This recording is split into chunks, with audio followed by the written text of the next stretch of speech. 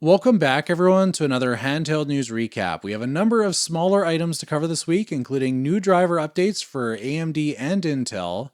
We have some more information on that Xbox handheld that's recently been rumored. AOKZOE is launching a device with the strongest iGPU that's currently available. SteamOS is also bringing official GoS support as well as other devices.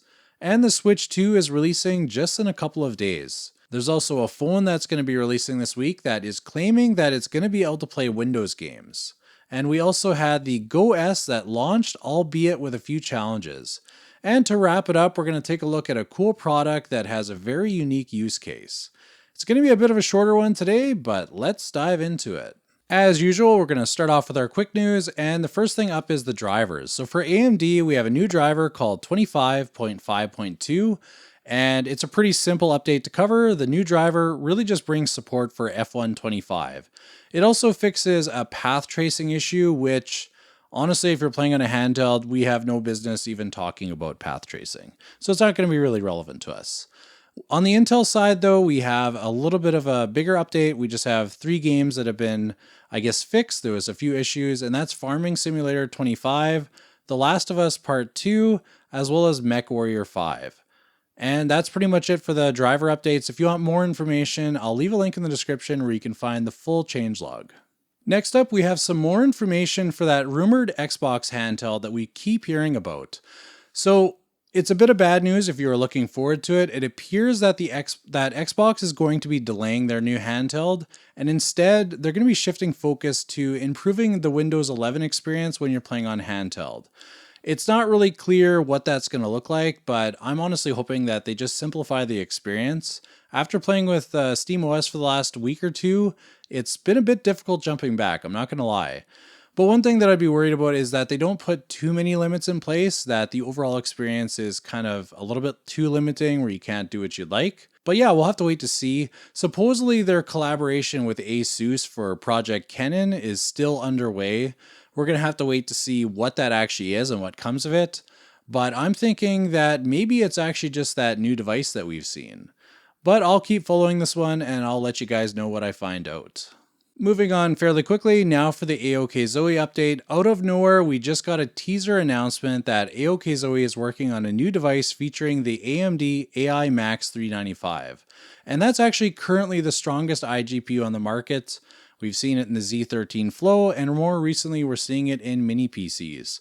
So before you get too excited thinking that this is a new handheld device, the device that was teased is actually a mini PC. I've heard that they're testing the potential use for handheld, but sadly there's nothing to really report on right now. We'll have to wait to see if they are able to pull it off and what the results are. The AOKZOE mini PC actually looks kind of cool. Like, it's set to compete with some other mini PCs that have just recently been announced with the same APU. I'll be giving this device a test when we get closer to launch. That has been confirmed. So stay tuned for that. I don't really know anything about when the release is going to be or what the price is, but I'm going to keep watching it and asking some questions. And when I learn more, I'll give you guys an update. And I'll also give you guys an update if they make any progress with putting this in a handheld. I really hope they can pull it off. Now on to the Nintendo Switch 2. So it's finally going to be here. It's going to be happening in the next couple of days. As the time of recording, I think it's like 2 days from now. So I've got my pre-order in and I've actually got a plan to pick it up at midnight so I can bring it home, test it out a bit, and get started on my first look and first impression. One thing too is I actually got these pretty cool cases from TomTalk. Like, for those of you that have been with the channel for a while, you know I'm a bit of a sucker for TomTalk. They're just really good quality, and I really like them, especially my TomTalk bag that I carry my handhelds in pretty much every day. So yeah, we're going to see what comes of this. I'm really curious to see how this compares to current handheld PCs. I've pre-ordered Cyberpunk as well, so I want to do some testing to see, how is the DLSS in that, and how does that compare with, what we do on our handhelds with FSR or XeSS. So yeah, stay tuned for those videos. If you're interested in the Switch 2, then great.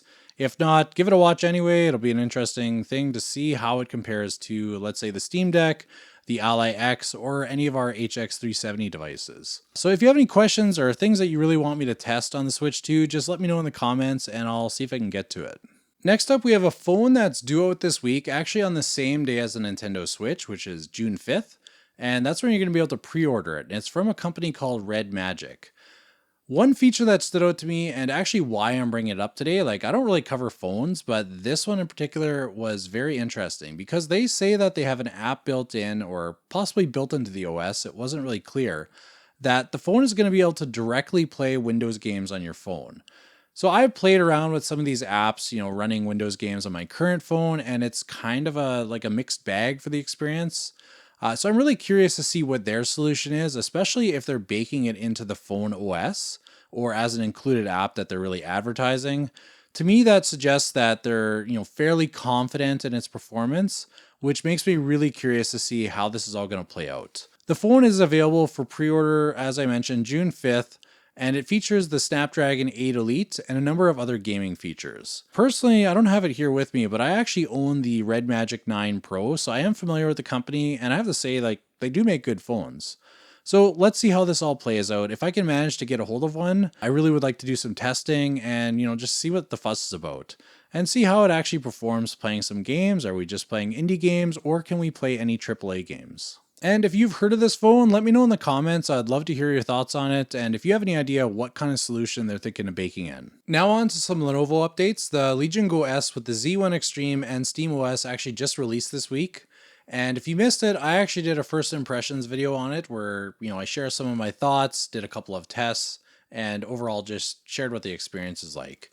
So if you're curious about that one, I'll leave a link down below. Feel free to check it out after you're done this video. On to the release. It seems that it's been a little bit messy for some of the pre-orders, and some have had a bit of a delay for their shipment. Specifically, the stories that I've heard have all been related to Best Buy purchases. I'm not sure if this is affecting other retailers, but it seems that the issue should at least be resolved by the end of this week.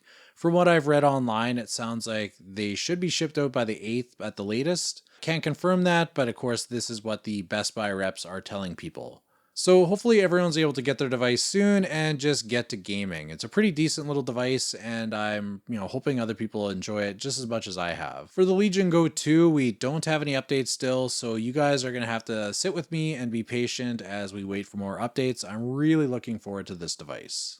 One update that we did get though is to SteamOS. So the stable version is 3.7.8, and that brings a massive amount of changes and updates across the board. The one that I'm going to highlight specifically is actually the update for the Go S, which now it's actually officially supported. So it's officially supported by SteamOS, and we should see updates going forward that address any issues. So any fixes, they're going to come alongside the regular SteamOS updates that we get for the Steam Deck. And if you've seen any of my news videos prior, you know that they have numerous updates per week. So I'm pretty excited to see that. There's been so many updates for the Steam Deck, and it's really refined it. So hopefully that brings that same level of refinement to the Legion Go S and some other devices. So let's see how it goes, and hopefully it's smooth sailing going forward. This week's product of the week is the Ugreen Smart Finder, and before you tune out, I actually managed to make one of these an extra way to track my handheld should somebody decide to try to steal it. So normal people would take a look at this credit card size tracker and think, maybe I should put this in my wallet so I don't lose it. But let's be real here, I'm not that guy. Instead, my immediate thought was, this looks like it could fit inside of a handheld. I haven't tested this on the Steam Deck, Ally, or Legion Go quite yet, but I'm pretty sure there's going to be some room in those to fit it in. Here I have it set up inside my 1X Player G1, and it fits perfectly and actually looks like, it was actually made to be in here. I've had this little tracker inside of my device for a few weeks, and I've had no impact, there's no heat issues, it's not really blocking anything, and no real concerns for that. It's actually been fully trackable and has worked quite well. I'm able to actually track my device on the Find iPhone app, and if I lose it, I can just ping a sound or I can find it on the map. So it's great to, if somebody grabs it, they power off your device, you're not going to be able to use Find My Device with Windows. But in this case, you'll still be able to track your device based on, as long as they're close to an iPhone. So I might actually pick up a few more of these and set them up in my devices just to make sure they don't disappear. Kind of a fear of mine. I've had stuff stolen before, and I always kind of wished I was able to track things a little bit better. The battery supposedly will last up to 1 year on its charge, but the cool thing is that you can actually charge it up afterwards, so you don't have to replace the battery. So if you're an odd one like me, this product would be a great fit for all your handheld anti-theft needs and being able to track things. Ugreen also sent another smart finder that's meant to attach to a bag or keys, and for this one I decided to actually be a normal person and attach to my keys. I'm pretty infamous for losing them. I lose them probably once a day, so being able to track them and have a device that can make a little noise has saved me a few times already. So if you're interested in either of these trackers, I'll leave a link down below, but seriously, check out the wallet one. That one's pretty legit.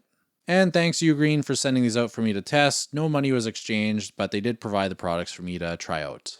And that's going to wrap it up for this week's recap. I hope you guys enjoyed this video and thank you for watching.